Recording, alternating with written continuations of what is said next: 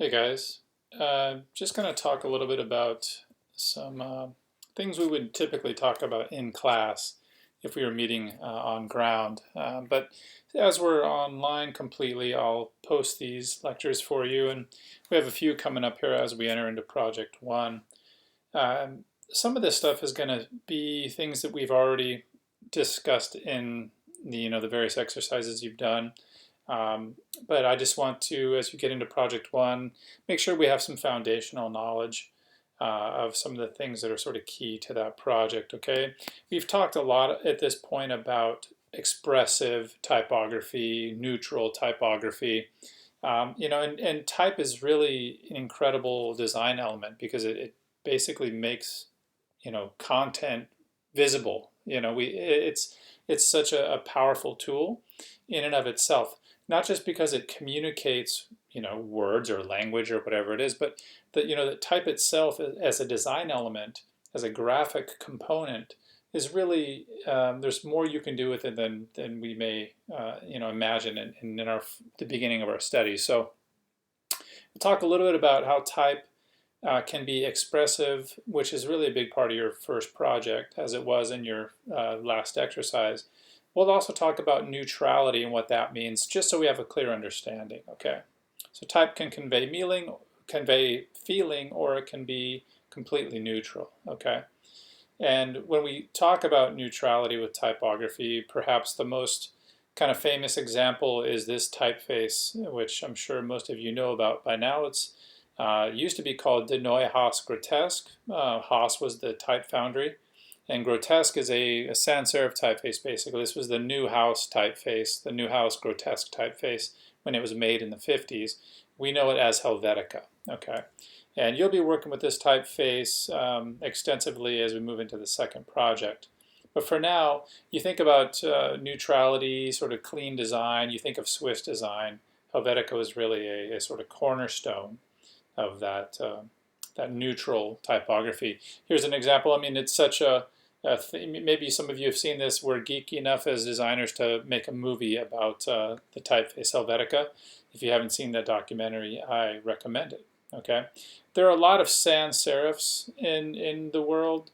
There aren't a lot that are drawn beautifully with great proportions, and Helvetica is one of those. Now, some people love it, some people hate it. So it's regardless, it's here.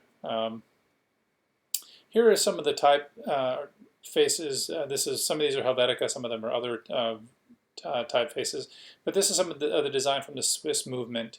The Swiss modernists were all about creating neutrality in their work with typography. So really, essentially, they wanted the type to be communicating the content in as straightforward a way as possible. If there were going to be any visual elements, they would be done with graphic elements or images or photos, right? And sometimes none of those things were there. It was just purely like clearly communicated information via typography, oftentimes in really structured grid systems here. Okay, so a few different posters by the designers. This is by actually Josef Müller-Brockmann, these pieces. A little bit of expressive elements here in this Beethoven concert poster. But again, very neutral with the type. Just you see the composer's name, and you see some logistical information here, and then we're getting maybe this connects to the venue, maybe this connects to the music. There's a lot of abstraction and room for interpretation, okay, in some of this work. This is another Müller-Brockmann poster. Again, this is for I don't speak German, but I can see quartet here, and I, can clearly say these are some of the artists. And here's, very neutral typography with these overlapping transparent elements. This is pre-Photoshop, by the way. That are, there's a sense of movement or rhythm happening, and maybe that's what's being conveyed as it connects to this musical performance. Here's another example of that same movement, but now using dramatic imagery. So while the typography itself remains neutral here, as you see, this is for the Swiss Automobile Club, their version of AAA, basically. We are seeing imagery used to dramatic effect, right? Here, this whole idea of protect the child, is, again, I don't even have to speak the language to have a clear sense of what's happening. A dramatic use of scale, and really just two simple images on a very neutral background. It creates this sort of immediacy that they're wanting you to consider. Okay.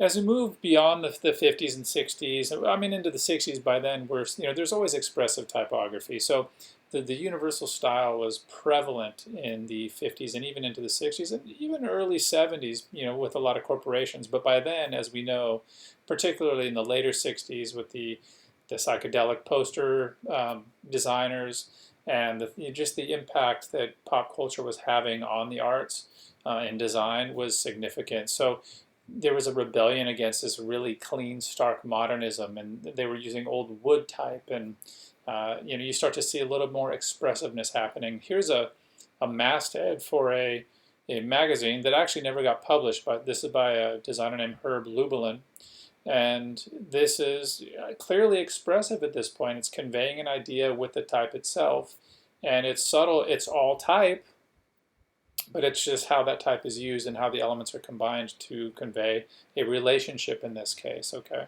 So type now becomes expressive. I mean, this is just a simple word, deconstruct, and that's exactly what's happening. So this is quite literal. This isn't necessarily a high concept by any means, but it's useful just to show how we can start to break type apart, to deconstruct the elements of type, and use it as a design element that goes beyond just the letters or the characters themselves or the numerals themselves. We can take type, break it up, and use it in a way that transcends its original purpose, and that's part of the idea. And that's definitely part of what you can do in this first project. I mean, even shifting, this is something you probably find on Google Images, right? So this is, just straightforward type, but just by shifting things around and rearranging them, you now create an idea, okay? So even though you could argue the typeface itself isn't necessarily the most expressive, the way it's being worked with starts to become expressive. And so sometimes the simplest ideas are right under our noses, and just by shifting things around, we start to create meaning, okay? This is getting cartoonish, but you see the idea here where it's just some slight tweaks to a couple of the characters. The E and T are essentially as they are. The slight tweaks of the two incline strokes here on the X, and the slightly skewed shifting of the stem of the I to create that door. It becomes expressive. Now, there are designers that would run screaming, away from something like this because they don't believe type should be expressive at all. And then there are others that use this to great effect, to create whatever it is that they're trying to convey, whatever it is they're trying to communicate. So when we get into working with type, whether it be neutral or expressive, we start to think about, aesthetics. How's this going to be? How does this look? And it's easy to get stuck down that path of how something looks. And beautiful can mean different things. Beautiful can be chaotic. Beautiful can be serene in our sort of typical interpretation of the word. When we start to think about type and our selections of type and how we use it, I tend to think of things as maybe not so much good and bad or beautiful and ugly, but effective or ineffective or appropriate or inappropriate. I mean, I'll probably use the terms beautiful as well, but we start to think about it in terms of what's most effective. Is it going to work for whatever the context is? And context, I'm a hound for context, okay? Because context always tells me why I'm doing what I'm doing. What is it we're talking about? What are we designing for? Where's it going to be? That's the context, and that determines so much of what we do, okay? So really, ultimately, we're trying to figure out what is this message I'm trying to convey? How can I honor that? How can I really get a sense of honoring the content, okay? So something to think about as you move through. Now, someone would say, this is beautiful, maybe some people are not into jewelry, and they'd say, oh, this is whatever. I'm ambivalent about it. And other people would be, this is sort of, classist, and I don't care about stuff like that. So again, there's always going to be a lot of room for subjectivity. Really, at the end of the day, this logo type itself, which was has been around a long time. This is a modernized version of it for Tiffany and Company. The typeface itself is one thing. It's what this says that makes it what it is, but it's also this box, this color.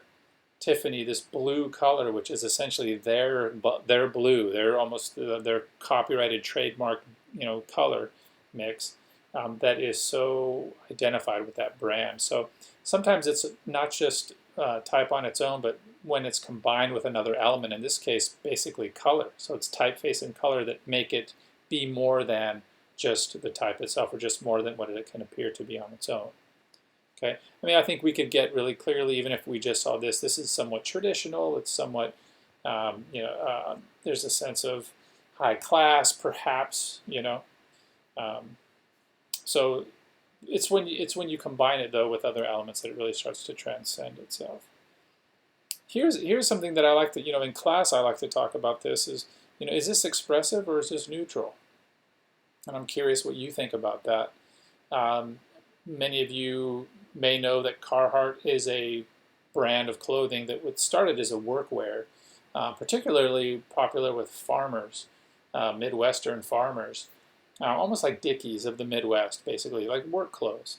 And over time, as was the case with Dickies too, these things you start to see them in pop culture, famous people wearing them. A Carhartt jacket is worn by an artist or whatever it is, and they start to become more than their original purpose here. So in this case, I'd say that there's an element of neutrality to the type, but really ultimately it is used in an expressive way. In this sort of rough kind of edge to it that makes it look not so perfect. It's locked up in a way that, for me, it's reminiscent of something industrial or something you'd find on a manhole cover in a street, for example. So it's the typeface itself has some character to it, definitely, but it's how you put it together and then what it's really talking about, what it's trying to convey or represent that is so important here. So, I mean, in these situations, when we're talking about appropriate or effective, we're not talking about beautiful necessarily, but which of these is more effective? This is a conversation I also like to have in person with students, but it varies. I think that, what we tend to feel is, okay, if I want actual fresh corn, and I want to go to the people that don't have the time to make a fancy sign because they're busy harvesting really good stuff. To me, sometimes I'm suspect of the fancier signs I see on the side of the road, especially when I'm on a car trip. I tend to get skeptical of the quality of the product, and not always, but for like a roadside home, or like small farm, I don't mind this. This to me is, neither one of these are beautiful. This is maybe more effective for me. This has maybe a little bit, I don't know, this almost looks like a fertilizer sign or something maybe too corporate. And so I like to see these types of signs on the roadside when I'm going to maybe buy some fresh produce, okay, that's organic. So how about this? So when you get into eggs, to me, it's a piece of corn is different than an egg in that there's a food safety element involved with eggs. I mean, I want my eggs to be clean, and salmonella is an issue. So we start to dress this up a little bit. Maybe you go to the store or you get a delivery now. Who knows with this whole situation we're dealing with? But eggs. I'm guilty sometimes of buying the eggs that have the fancier labeling. Even though they're probably shipped in from wherever else. The quality is good. They're organic. They're free range.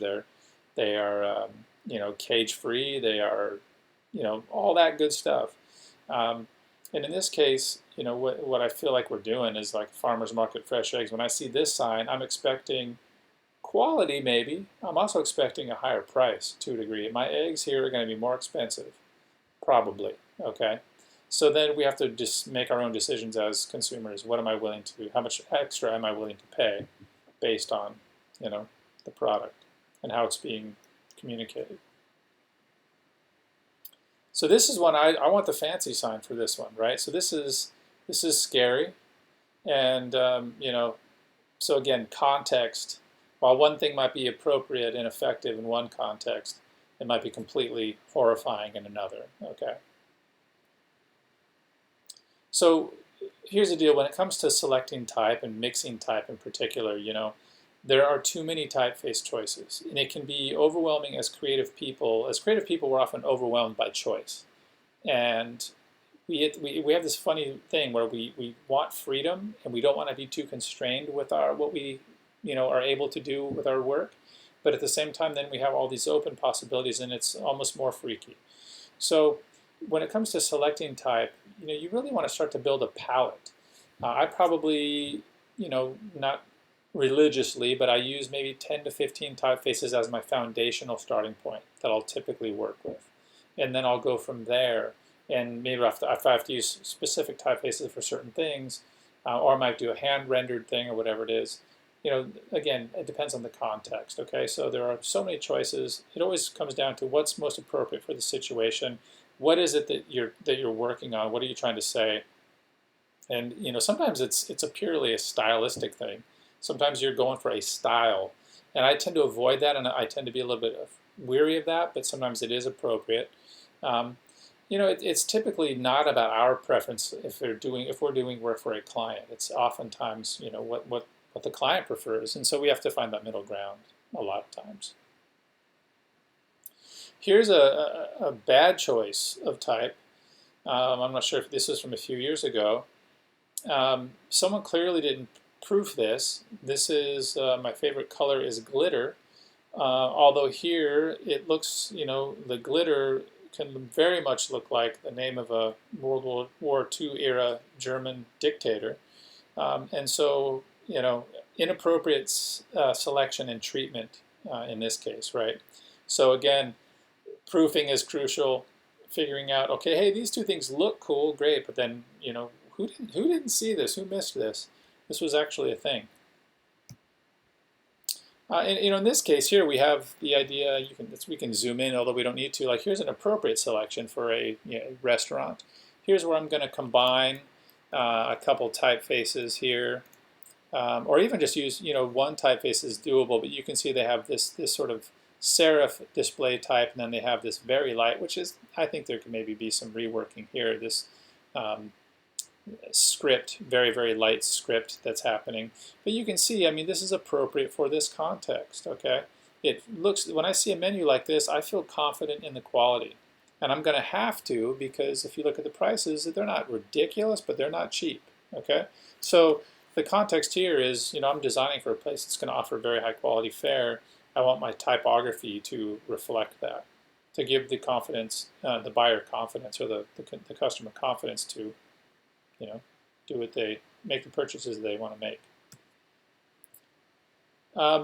We're always in some way, shape, or form also dealing with organizing information, okay? And there are examples where we have a lot of information, and we have examples where there's less information. In an album cover, like your current assignment, there's not necessarily a lot of information, but there still is a hierarchy of information. What's the title? Who's the artist? Which one is really kind of the major, selling point? It's typically the artist, right? But which one do I want them to read first? Do I want them to read the artist name or the title first? So again, what's important? What's a little less important? The details and the mixing and the spacing of type is crucial in this situation. I mean, when it comes to hierarchy, your textbook, just open up a page and there's hierarchy on that page. Your table of contents in your book is extremely simply laid out, but it's effective, and there is a sense of hierarchy just by, it's all the same typeface, different weights, different sizes. And you have contents here, so I know what page I'm on. I have my sections here called out with heavier weights. So where the section starts is also in a heavier weight. And then the rest of it is just, here's the chapter, or the section, and the title for that section, okay? Very basic, but definitely hierarchy. Here's a situation with a lot more information to deal with, and this is very real for periodical, for publication designers, or if you're doing long documents, if you're doing annual reports, that kind of thing, you're often going to deal with a lot of information. So how that information is laid out on the page, how you're using one or two typefaces, or however many you're mixing, preferably not a lot, and then how you're then using scale as a differentiator. Maybe in this case we see color, we see weights for sure, and size relationships are all carefully considered. Okay, and in our situation, because we're fully online, it can be tricky because we're not printing a lot. I highly recommend getting into the habit of printing while you're proofing your work, because it's a big difference of if a work is going to be printed, it will not be the same on screen as it is when it's printed. I just guarantee you it will be eventually one day when you get your sensitivity to sizes and everything fully dialed in, but in the meantime, what you see on screen is not what you get in print, so always remember that. Okay, if we're talking about context here, I mean, let's look at this one here for a second. It might be a little bit pixelated, unfortunately. Yeah, it is. But look at, you might not be able to see that. Those are basically zap dingbats. So these characters here are larger versions of what's being displayed here in the text situation. And this was from a magazine called Raygun that was designed and art directed by David Carson. And he was very interpretive with his design. Look him up, David Carson, if you don't know him. And in the early 90s, late 80s, early 90s, he became known for a very sort of postmodern, deconstructive approach to typography, where he disregarded the rules and exploded everything, and it became a huge movement. And a lot of his work, I think, is really interesting and really effective. In this case, he basically said, he read the article that the writer had done on, this is Brian Ferry from Roxy Music, and he hated the article and thought it was garbage. So he was scrolling through here to find typeface that would work for the article, and came across dingbats and set it in dingbats. No doubt, frustrated a few readers, but he felt it was appropriate for the context. You got to make your call and see, whether or not you agree. When it comes to, clarity of message, how type and image interact is a huge factor. Here, not a lot of elements, but this really powerful sort of arm, and this, this sort of shattering of the typography for this show by this, super suckers, hog molly, catheters, Graceland. So you see, it's essentially the band, the headliner, kind of the supporting acts, the venue, and the date, and then some, second, or third or fourth level information here. Okay. This is all about attitude and definitely about style, but it's also conveying information in a way that's really powerful. This is something that, if you're a fan of music, these kinds of things are almost collectible to you. So it's how the use of image and type is happening in a way that it goes beyond just communicating.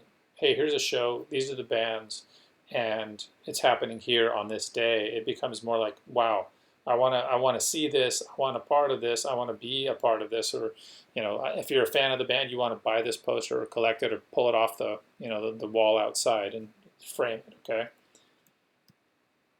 Spacing and scale is typography. Spacing is typography. And this is a great quote from Massimo Vignelli, a designer who, totally was all about Helvetica and the modernist approach.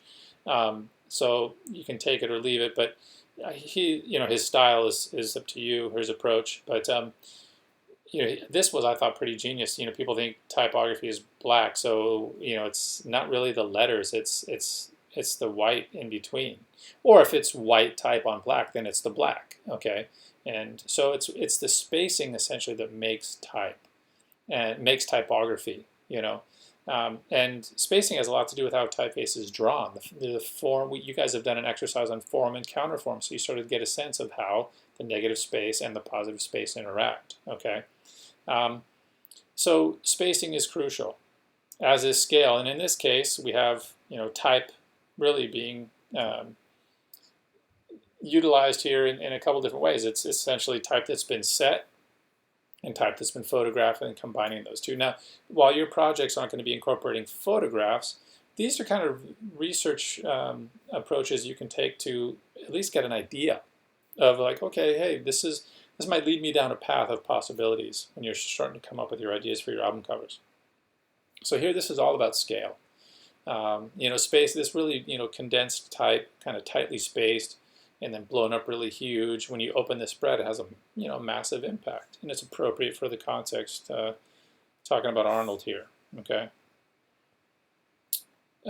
Spacing and scale, like you can actually use in your textbook, which was part of your reading, like a Fibonacci sequence if you wanted to create a sense of depth by proportionally scaling your characters in a layout.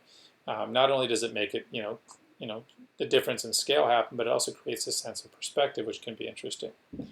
Sometimes a lack of space and actually joining characters together and splicing pieces off and melding them or welding them together digitally is another powerful tool. And that's something that's totally fair game for your projects when you're working on your album cover designs.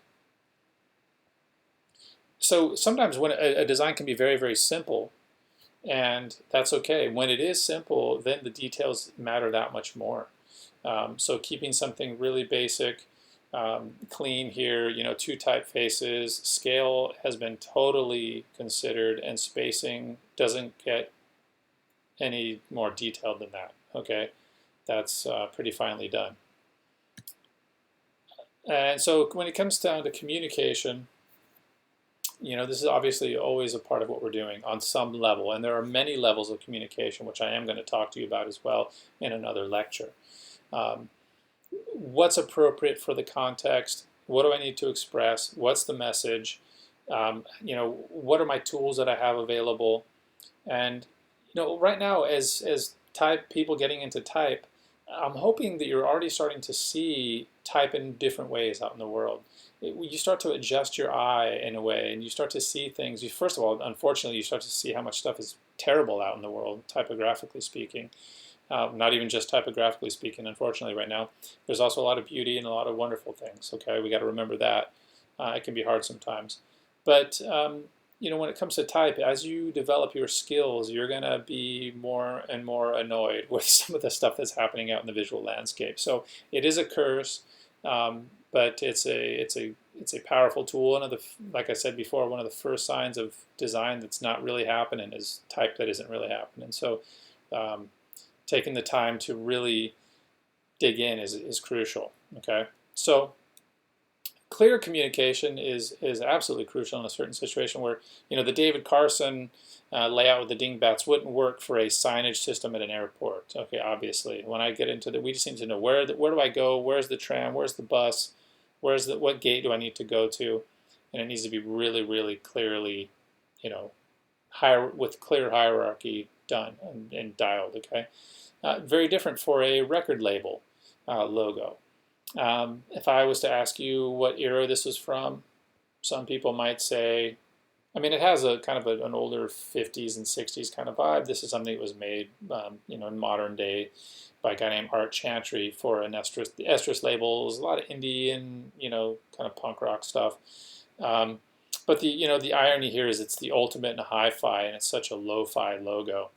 Xeroxed and kind of raw and, not perfect. And sometimes not perfect is the perfect solution, depending on the context. Here's, I grew up in I was a little kid in the 70s and a teenager in the 80s, and punk rock shows, in the early 80s in particular, were a thing, and these sort of handmade, cut up, Xeroxed flyers were a lot of fun. There are entire books devoted to the punk rock flyer, and they're a lot of fun to make. They still are. And so you see different type styles here. This is a cut and paste job, right? Well, I'm not so concerned in this situation for perfect spacing and perfect placement. This is not the context for that. Okay, I'm not supposed to sweat that stuff in this situation. Okay. So, even in a situation like this where you have pretty much neutral type set here, you have, sorry about that, the band's logo, which is kind of its own vibe. That was the logo they used for everything. But it's just really this sort of bare bones photo, basic typography, and this kind of, almost nouveau 60s hand-rendered logo for the band that definitely gives you a vibe right out of the gate. You can know, even though the basic poster and the band has a look to them for sure. They're not like in full punk regalia, but you get a sense of what the music is, even though a lot of the elements are neutral, just by even this display-oriented logo here that they use. Here's, this is very close to what you'll be doing on your project. This is a record for the band Fear. If you know their music, they were kind of menacing in a way. Their sound was kind of scary. The lead singer was an interesting guy. Um, but this band, this sort of almost spray paint on asphalt kind of look. You get a grit to it. You get a city vibe. You get these guys are from New York City. It's just called Fear. And the record is the title. But it's how it's done here. It's not perfectly typeset. It's not done on a computer. This is done with spray paint and a stencil, and on asphalt and then photographed. Okay. You can make this happen in a purely digital context too, in different ways. But again, this was appropriate for this context. Okay, interesting when you take these kind of bands like Fear and the Agent Orange and the Bad Brains and Minor Threat or different punk rock bands, and you put them in a totally Swiss context. It's kind of funny. This is a whole thing called Swisted, where they're taking punk rock flyers and making them kind of reinterpreting them in this Swiss style here. So it's really interesting to see that, how does a neutral approach work for these same bands, and it definitely does not have the same impact. It does not have the same sense of urgency or immediacy. And again, that was the goal of the Swiss designers. The Swiss movement at the time was to keep it neutral and to keep it informational. And these do that absolutely, but they are pretty much taking something that is so expressive and sort of neutering it in a way to make it neutral here. And that sounds like a judgment call. I'm not making a judgment call. This is just an experiment anyway. They're not, these are just someone playing with a concept, okay, and then making a book out of it. At the end of the day, one thing that I find students can be frustrated by is the fact that my particular belief is there are no sort of set rules here. It's ultimately a lot of judgment calls. What's appropriate for the context?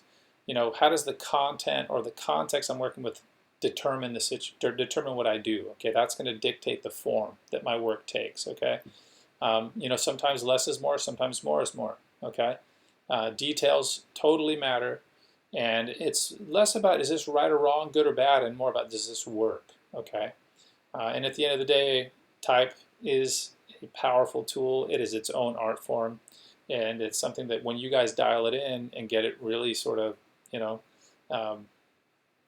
to a level where you just can wield it so well, you're going to find that it can really set you apart from the other designers in your world, just through your command of this powerful tool. Okay, so I have more lectures for you guys, but for now this will end this one, and appreciate you listening in. Any questions, always, like I said, feel free to let me know. Thanks.